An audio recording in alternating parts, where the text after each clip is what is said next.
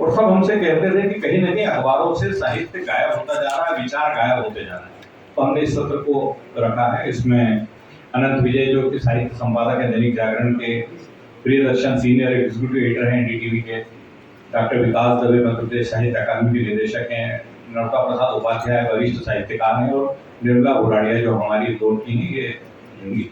इस सत्र को मॉडरेट अमिता नीरव करेंगी, इंदौर की हैं। इसी दिन शाम को हमने परिचित होना बाकी थे, तो वो मैं आपके सामने उसकी घोषणा कर रहा हूँ। 2022 मतलब ये एंट्री 23 में मिली थी। 1 जनवरी 2022 से दिसंबर 2022 तक की एंट्री जो रहती है वो जनवरी में हम लेते हैं 23 में।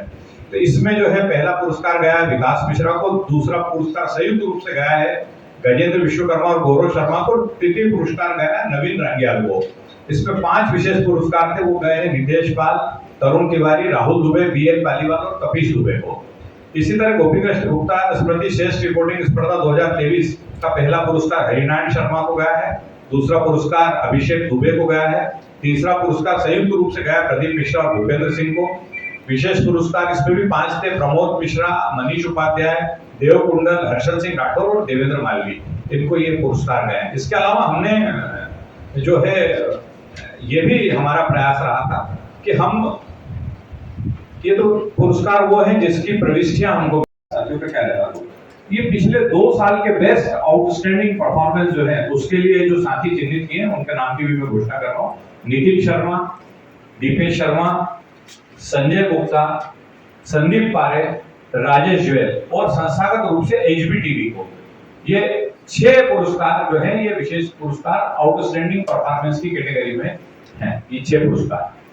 इसी तरह चोटिया फाउंडेशन ने हमारा जो पिछला कार्यक्रम हुआ था 2021 में, तो 2022 में, तो चोटिया फाउंडेशन ने घोषणा की थी कि शिक्षा और उद्योग व्यापार के क्षेत्र में श्रेष्ठ रिपोर्टिंग के लिए वो हर साल 2 पुरस्कार देंगे, मतलब 1 पुरस्कार शिक्षा के क्षेत्र में और 1 उद्योग और व्यापार के क्षेत्र में।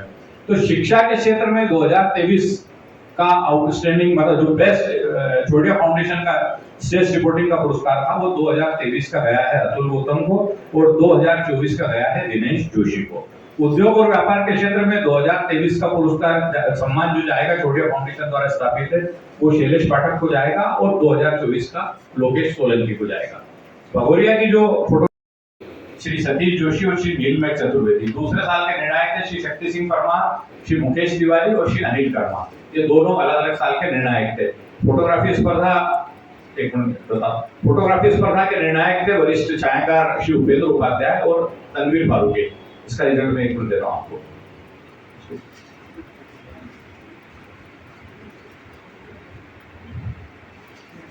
फोटोग्राफी स्पर्धा जो हुई थी भगोरिया की, उसमें हमको करीब 32 प्रविष्टि मिली थी।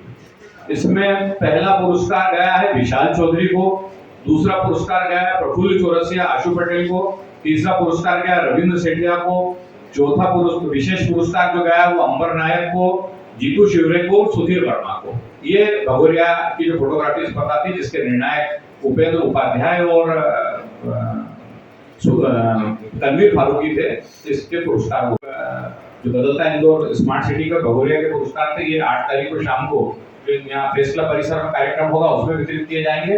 और जो रिपोर्टिंग स्पर्धा के पुरस्कार हैं ये 9 तारीख की शाम को जो हमारा कार्यक्रम होगा उसमें वितरित किए जाएंगे। उसी दिन हम अपने वरिष्ठ पत्रकार साथियों का सम्मान करेंगे। 8 तारीख की शाम को इंदौर के वरिष्ठ खेल पत्रकारों का सम्मान करेंगे।